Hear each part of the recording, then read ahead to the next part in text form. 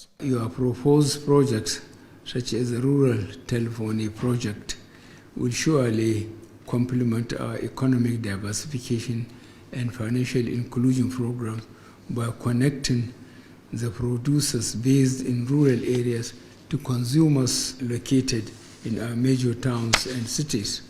I strongly believe that such partnerships between the public and private sectors remain the most viable means of bringing prosperity to the masses.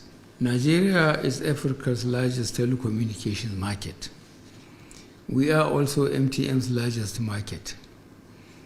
Its consumers demand quality service that is also affordable.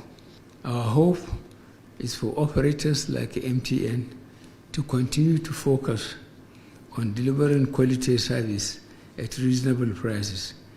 If we put our minds together, such win-win positions are achievable. We still see Nigeria as one of the most important markets for MTN.